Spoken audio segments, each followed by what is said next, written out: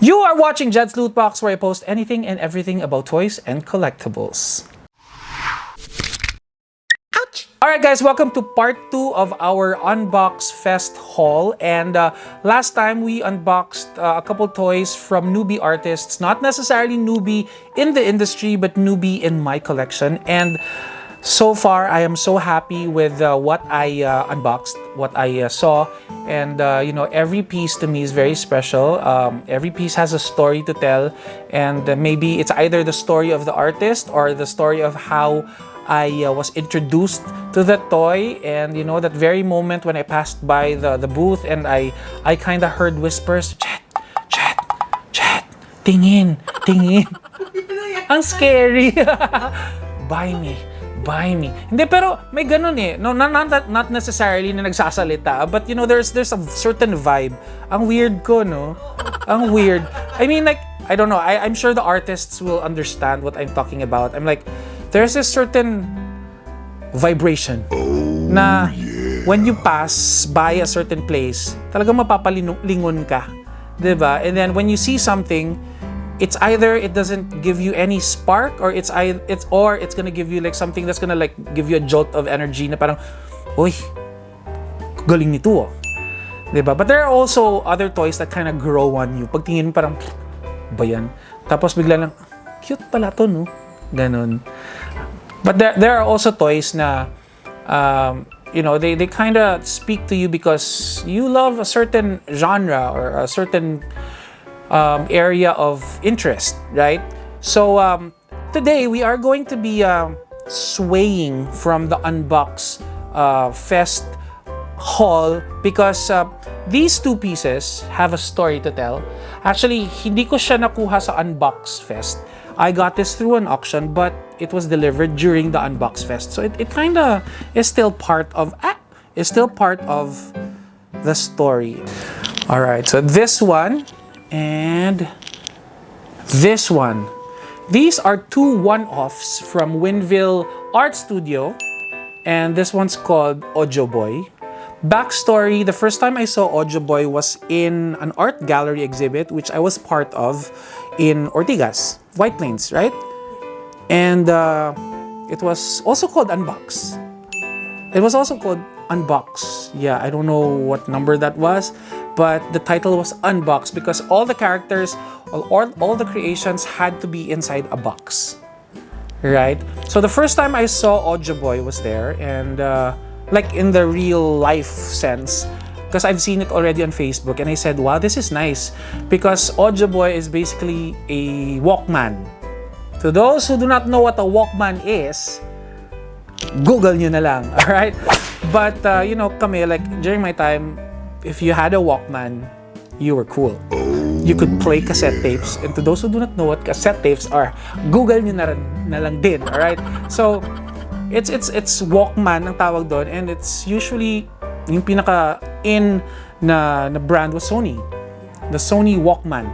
So, I think that was inspired Odyoboy over here. But if you guys are wondering, these are like two Odyoboys that are called Infested. No, not infected. It's Infested. Yeah. All right. So the story of this Odyoboys.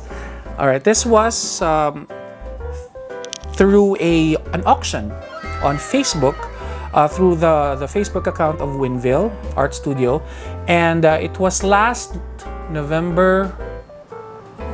I was in Iloilo for All Souls and All Saints Day, and I saw the auction. And when I saw the pieces, I said I just had to fight for it. All right, so it started at $30 each. All right, $30 each, and then. Okay, we started to bid.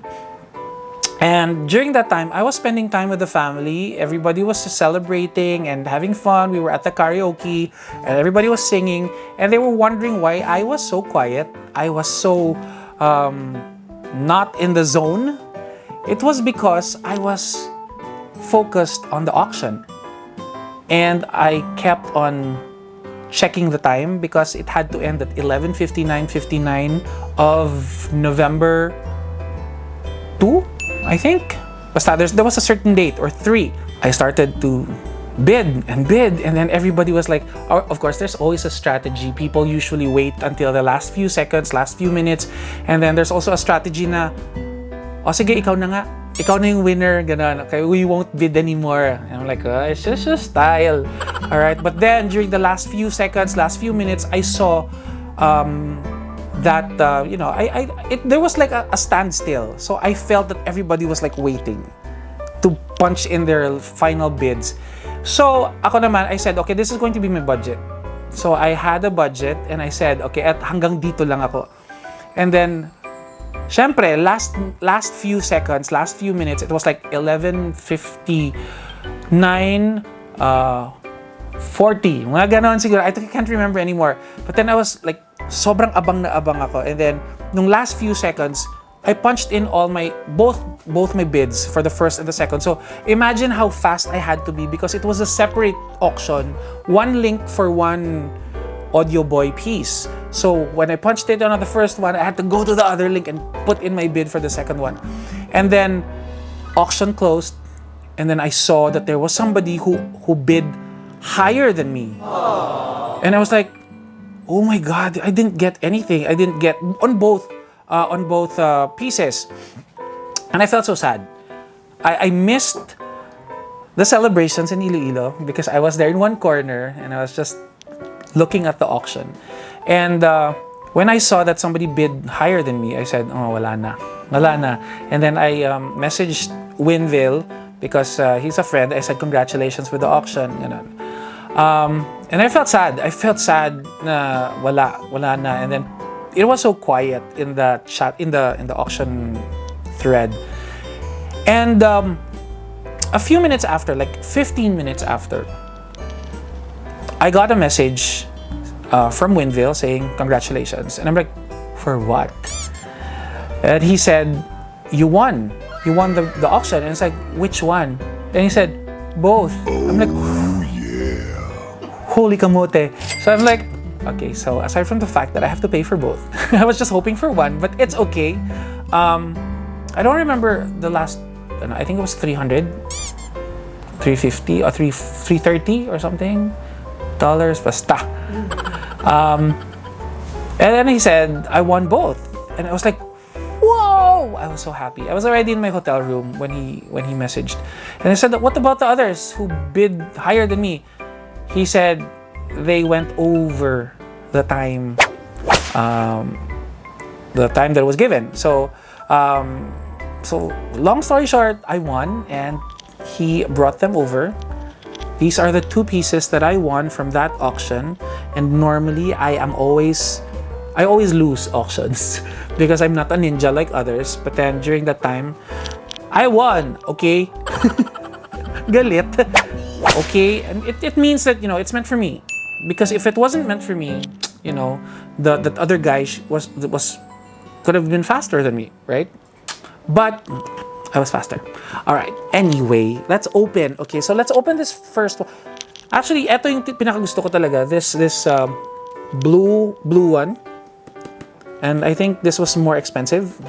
The bid I put on this was more expensive, and the bid here was like $20 cheaper or $30 cheaper, I think. Just check. All right. Anyway, let's open it up. Okay, this is the box. There, Winvill Art Studio, and all his social media accounts are here. There. Okay, and the photo over here. Let's open it up now. Slide. Okay, and open the box. Ooh. Oh, there you go. It comes with its accessories, of course, the pencil that goes into his eye, and the cassette tape that he's gonna be holding. All right, so let's take it. Oh, it comes with a keychain as well, a rubber keychain. Ang social naman ito. Grabe talaga to si Winvill. But again, aesthetic is important, guys. Come on, it adds premium. All right, so this is like the pencil. You guys remember, ginangat-ngat nito nung bata din ba kayo? Pag papaubos na, pag wala nang eraser, kaya kakagatin mo to para lumabas pang eraser, para magamit mo pa. Ayan, so the cassette. Okay. And it also comes with, oh my god, this is a nice, oh, I remember in my other Odyoboy toy. There you go. And it's signed, of course. And there's a card here which says, register your Odyoboy. This is very high-tech na ha. To make sure that what you have is the legit thing, alright? Okay, it was a Halloween auction over here. There you go. Jerwin Villanueva, aka Winvill. There you go. Odyoboy Infested subject number 1. It's one off, no? It's one off. And this is him. Artworks.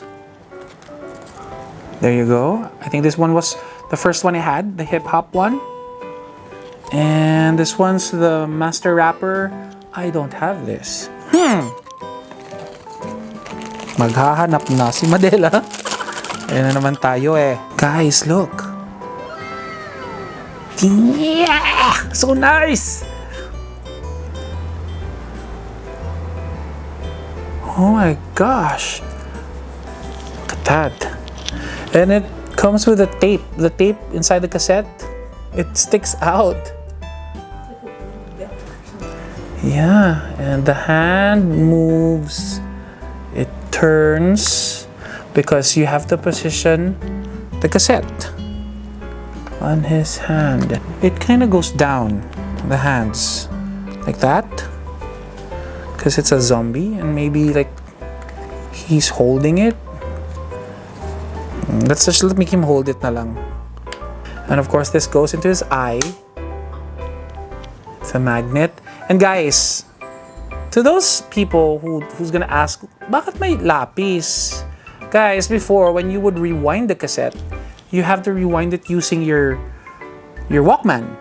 But sometimes Walkman, they get destroyed.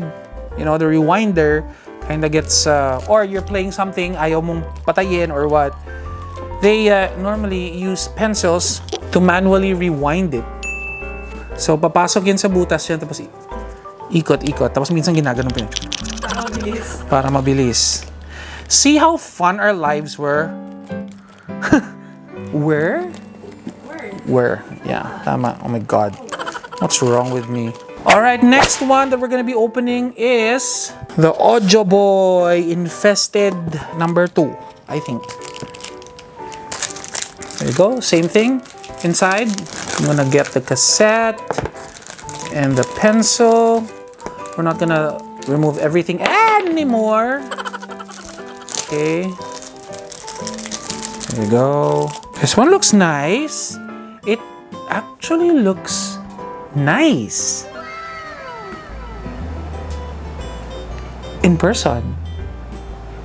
Ooh, okay, let's put this. Ooh. Okay, and put this cassette. Odyoboy. This one's number 2. There you go. Amazing. Yay! So, there you have it, guys. The 2 Odyoboys that I won from the Halloween auction. And again, thank you very much to Winvill. Thank you so much. And I'm really, really happy that I got these 2. And they really speak to me because, number 1, I'm in the music industry, so it's the cassette with the music and all. And number 2, I like horror. I love watching zombies, zombie movies and stuff like that.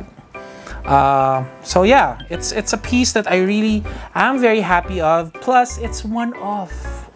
I'm the only one who has this. Ay, nako. Nang inggit pa. You know, I know how it feels when you lose an auction. It kind of feels bad, but I'm not like rubbing salt on your wounds. But no, kidding. They're all my friends.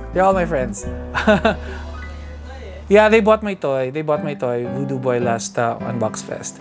And it's funny because after the auction, I received messages from others who were part of the auction, the bidding, and they said, Jed, if you plan to dispose it, you know what to do, you know who to message. I'm like, no. No, they're mine. So, no, but we're friends. Okay, we'll see. Anyway, thank you very much for watching this part of our vlog. Please check out the previous vlog that we uploaded, the unboxing part 1. And do not forget to support the third one that we are going to be uploading next time. So thank you very much for watching. I will see you again soon. Bye!